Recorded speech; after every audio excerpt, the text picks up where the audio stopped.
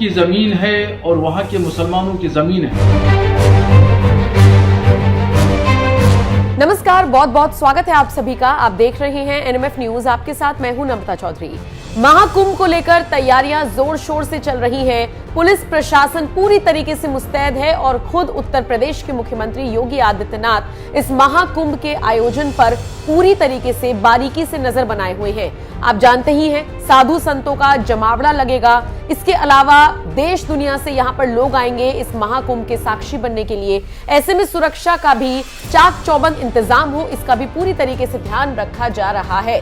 लेकिन इन सब के बीच वक्फ बोर्ड की एंट्री हो गई है और कैसे एंट्री हुई है ये मैं आपको इस खबर में बताऊंगी। लेकिन उससे पहले ये भी समझ लीजिए कि इन साधु संतों ने ये भी मांग कर दी है कि इस महाकुंभ में मुस्लिमों की एंट्री पर बैन लगे, मुसलमान यहां पर रोजगार ना कर पाएं। महाकुंभ पर सवाल उठाने वाले कट्टरपंथी विचारधारा के लोगों की एंट्री बैन करने की मांग साधु संत समाज पूरी तरीके से उठा रहा है। लेकिन फिलहाल ऑफिशियल तौर पर इस तरह की नो एंट्री का ऐलान अभी नहीं हुआ है। मुस्लिम धर्मगुरु लगातार इस बात का विरोध जता रही हैं। इन सब के बीच एक बड़ी खबर आपको बताते हैं और खबर ये कि वक्फ बोर्ड की जमीन बता दिया गया है जहां पर महाकुंभ लगने जा रहा है मौलाना के द्वारा। सोशल मीडिया पर बयान वायरल हुआ तो लोगों ने कड़ी प्रतिक्रिया जाहिर करनी शुरू कर दी। योगी आदित्यनाथ से लेकर नरेंद्र मोदी तक से अपील की जा रही है कि बस अब यही दिन देखना बाकी रह गया था क्या, कुछ तो वक्फ बोर्ड का इलाज कीजिए।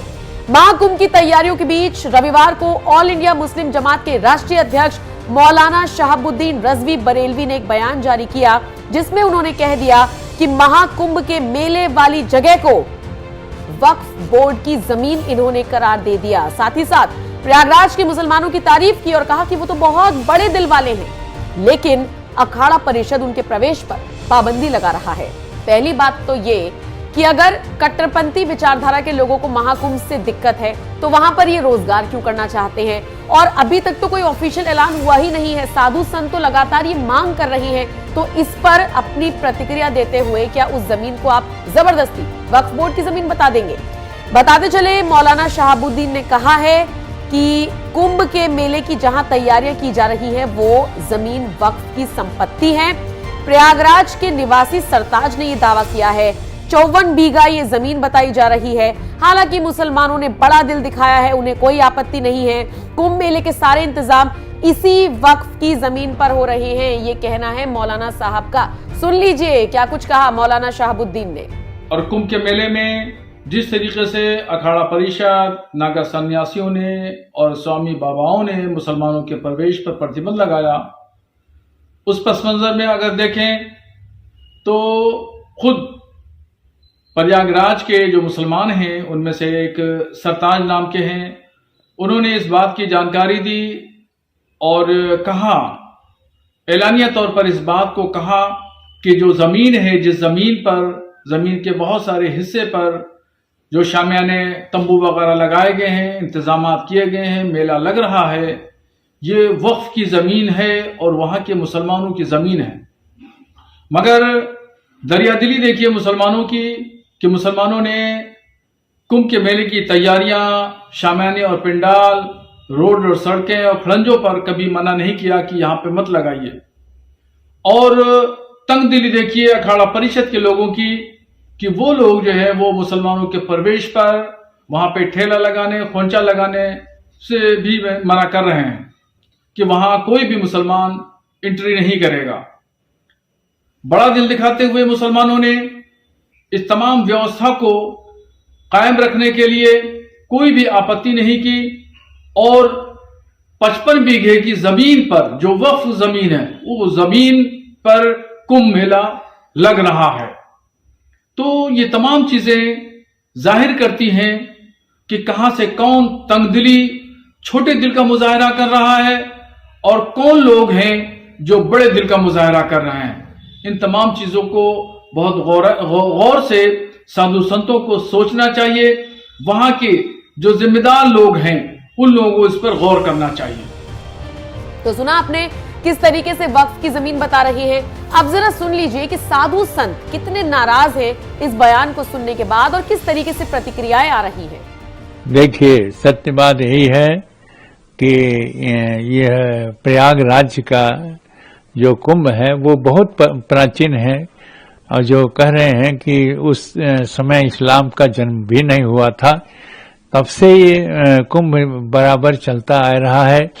और कब किस समय में ये क्यों यह कुंभ है और कैसे है, ये सब इतिहास उनको पता नहीं है।